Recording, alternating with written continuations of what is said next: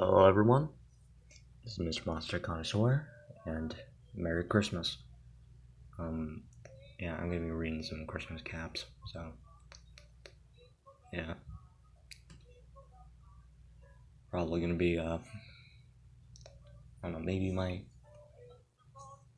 of my last posts this year, I think, because, I got stuff to do and stuff. So, yeah.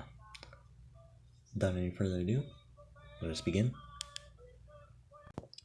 Be me, anon.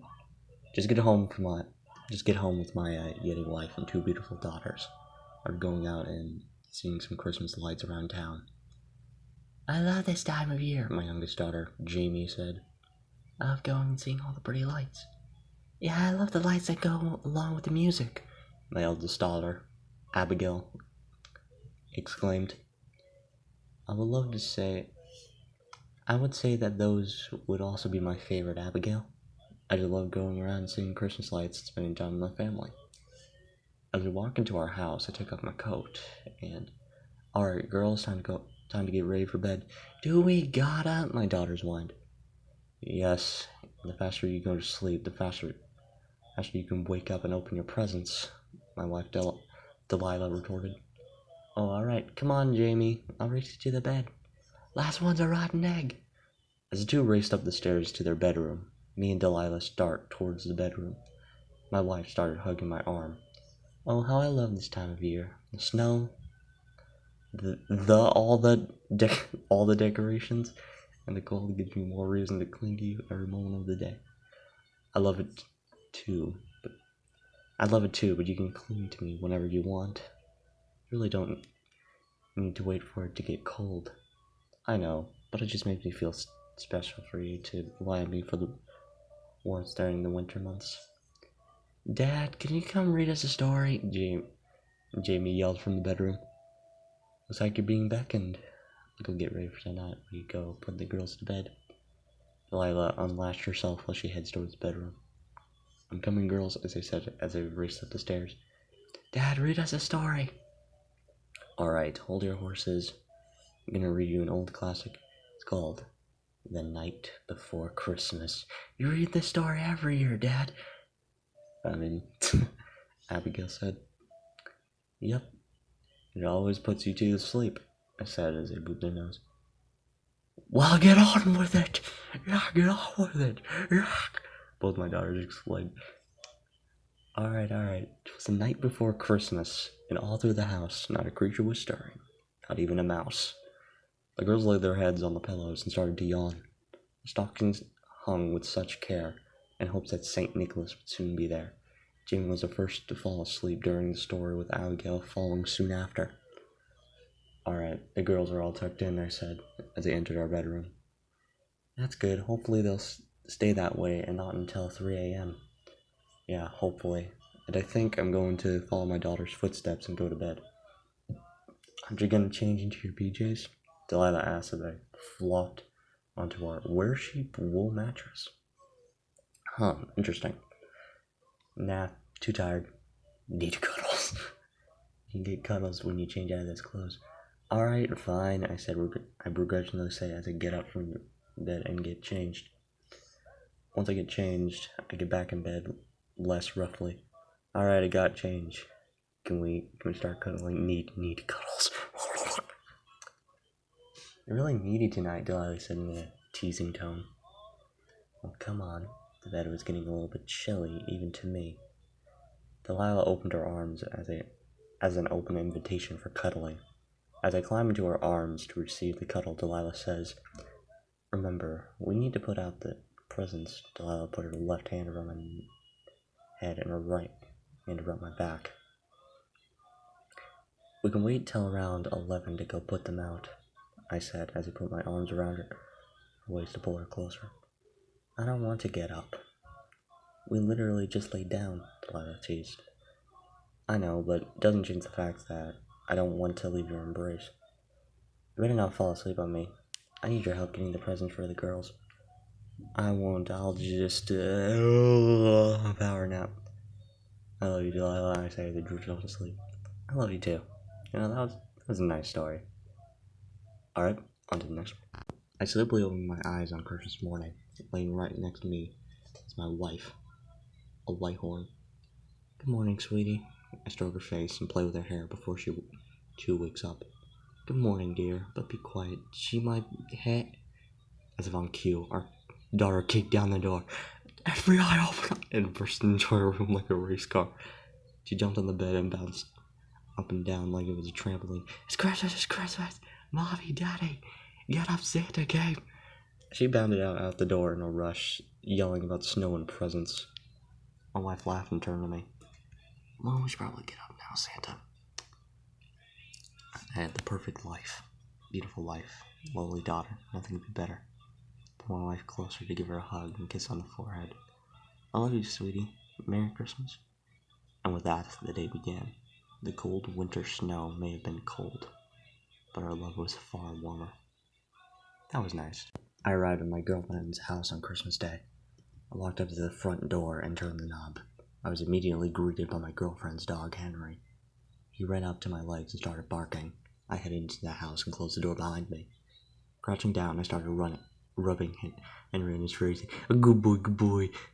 And on, hey buddy. And on, you're a good boy. Question mark, you are too. I looked up from the cute little puppy that I was petting, standing in front of me with my his girlfriend, Mercy. Mercy and I had been friends since high school. We managed to go to the same college. Mercy was the one who asked me if I would like to go out with her. I instantly accepted. Skip forwards a year, and there we were in Mercy's house on Christmas. Mercy walked over to me and started petting my head. Good boy. I smiled before standing up. Pulled her in for a hug. Henry still pawing at my leg. As I pulled away, I saw Mercy's face had grown a loving grin. You got here at the perfect time, actually. Why is that? I just pulled the turkey out of the oven. Sweet. Two of us went into the kitchen. Sure enough, I saw a big brown turkey. Stuffing was coming out of it and was surrounded by vegetables. I helped Mercy set the table, and we got to eating an amazing Christmas dinner. There was a turkey, as previously stated, but there were also a bunch of other things: crescent rolls, apple pie, sweet potatoes, and more. I took my time eating. When the two of us had finished, I went to my car to get something for Mercy. I opened up the back of my car, took out 2 boxes, and closed the door again. When I opened the door, I saw Mercy sitting on our couch with Henry laying on her lap. Mercy looked over at me. Oh hey, you went to get some presents? Yes. I walked over to the couch and sat down next to Mercy. I gave the boxes to Mercy. She got to opening them as soon as I gave them to her. Henry looked up and started sniffing the box. When Mercy looked in, she saw that I had gotten her the Poseidon Games MM1000 game system. She looked over at me with joy in her eyes. Thank you. When she got work on the other box, opening the box revealed 2 items. A game Steam War for the MM1000 in a small black box. Her face became confused. Mercy reached in and took out the black box. When she flipped it open, she saw that I had gotten her an engagement ring. Mercy's eyes began to well up. Are you serious? Yes, Mercy. I love you. Will you marry me? Yes, of course. And I have a present for you, too. She got up from the couch and headed upstairs to her room. Just as I sat there and waited, after what felt like a long time, Mercy came strolling into the living room in a very revealing Christmas outfit. How do you like your present? I like it. Follow me. Mistletoe isn't going to cut it this year. Oh yeah. Alright. That was pretty good. Be me, a 9. A normal single guy in his mid-20s, working in the same office job after graduating college. I know I might not live the most desirable life, but I own an apartment. And I paid my student loans. Those should be 2 words.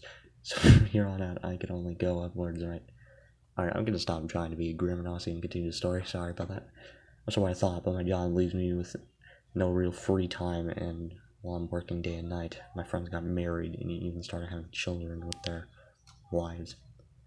On the other hand, I did not have any interaction with the opposite gender since my house party back in college, where I met a Wyvern girl named Cherry. She and I had something for a short time, but she had to go back to her home country eventually, and we lost contact ever since. The only monster at work is my demon boss, who always excuses Daryl, the new intern, to one-on-one meetings in her office. Which is also the reason I work so much, as I had to do her work too. But not all is lost, as my good friend George has invited me to his Christmas party next week, and with my Christmas break, I even have the time to attend. Not like the last time. He even mentioned some kind of special present he and his daughter wife had arranged for me. Fast forward to the party. Celebrating Christmas with my best friend and his wife really saves my holidays, as another option is me, the fridge, and my TV. I even brought both of them a little something as a thank you. The party seemed to be going fine, but George was acting nervous, always looking at his watch and whispering to his wife. He also didn't want to tell me what exactly his special present was and that it would come soon. The other strange thing was that both George and his wife insisted that we should wait with the evening dinner, but they didn't want to tell me why that is until their doorbell rang. Oh, who could that be? We didn't expect someone other than you and I. But if it's no problem, could you please go look at it? Asked George. Because I was the only one not participating, because I was the only one not preparing anything right now, I complied and opened the front door, only to be tackled to the ground by a wyvern in a skimpy Santa dress. Wait, what? Charlie, Sherry, is that you? Why are you here? I thought you were back in your homeland, I asked, bewildered. Who else would it be, you dork? Why did you stop texting me after I left? She said with tears in her eyes after hugging me. Well, I was so busy with work I couldn't find time to. But again, why were you here at my friend's house and at Christmas at that? I tried contacting you, but you didn't answer, so I contacted George because I moved here a week ago, and he invited me to his party, saying you would be there too. So that was a special present? Man, I would have never guessed that. Could you please stop hugging me so I can stand up, Charlie? No. But no means no. I haven't seen you in years. And I'll never let you go again. Crazy bitch! Get off my... You might want to let him go to get something to eat, George interrupted us. At the dinner and after party, Charlie and I eventually left George and his wife alone. Made our way to our home. At dinner, Cherie told me that she lived in a hotel the past week, so I probably invited her to stay at my place. For all I know, my real Christmas gift awaited me after we got home. I spent my whole Christmas break in my apartment catching up with Cherie. After Christmas break, I made sure to tell my boss that I can't do her work until the mine anymore, because a certain someone would not approve of me coming any later than 5 p.m. At the end, I was right. I can only go up from here. Wow, look at that position. I didn't even know humans could bend like that. Can't even picture what that looks like in real life. And Apophis pointed out to her husband. They looked through a book filled with monster doing various color-related activities. The two had taken a break from decorating their Christmas tree to cuddle and read together. Don't even think about trying that on me, the man repeated jokingly, but deep down was nervous she might. Bummer. I'd be much more gentle than some manticore, but fine, I'll settle on this. The Apophis said as she leaned down and kissed the man's forehead, her reading glasses almost slipping off her nose in the process. I can't believe your mother bought this book for us. Can't say it was something either of us would have asked for. I know, what a lousy parent. She must be getting desperate for grandkids already. Christmas might be more exciting if she did. I didn't mean that, but I didn't not mean that. I don't hate the idea is all. I screwed up, didn't I? The bandit didn't realize his mistake. Tries he might to fix it. It was already too late. If you think you can get away with saying something like that in front of me, you got another thing coming, mister. The Apophis said very calmly, She rested her glasses off to the side to keep them safe from the ensuing chaos. Her tail slowly tightened around her husband, her strength easily overpowering him as he tried to struggle his way out. "Honey, the train! What about the train?" The panic man cried out as his last-ditch effort to distract his wife, which she promptly ignored. "The tree can wait. It'll stay be here when we're done. Now what should we do? I know. Let's try that thing we saw on page 44. Not page 44! My mom might get her Christmas wish this year." The couple rocked around the Christmas tree all night long. Oh yeah, baby. Yeah.